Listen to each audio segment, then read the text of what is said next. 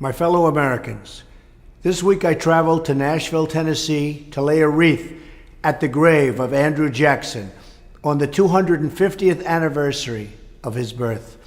Jackson was an American hero, first as a brilliant general whose crushing defeat of the British at New Orleans saved our independence in the War of 1812, and later as the 7th President of the United States, when he fought to defend the forgotten men and women from the arrogant elite of his day.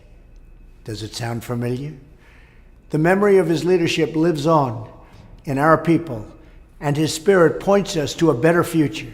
This week I also traveled to the Willow Run plant in Michigan. At that facility during the Second World War, the Ford Motor Company built not cars, but entire airplanes. At one point, workers there produced a complete B-24 Liberator every single hour. Hard to believe. Today on that site is a new facility where the cutting-edge cars of the future will be tested. And this week, the old plant was filled once again with thousands of workers and engineers.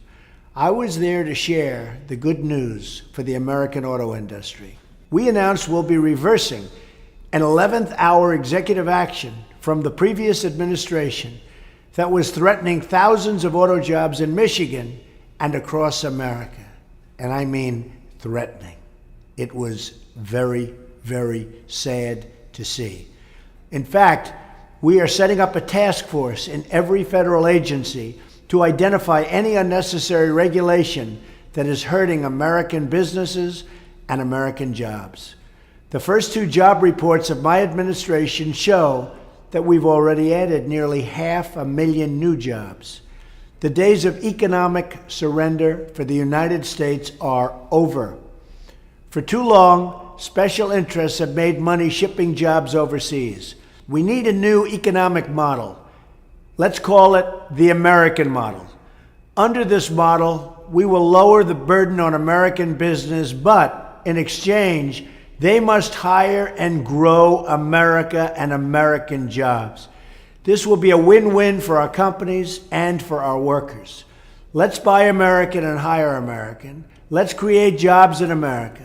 Let's imagine new industries. And let's build a beautiful future together.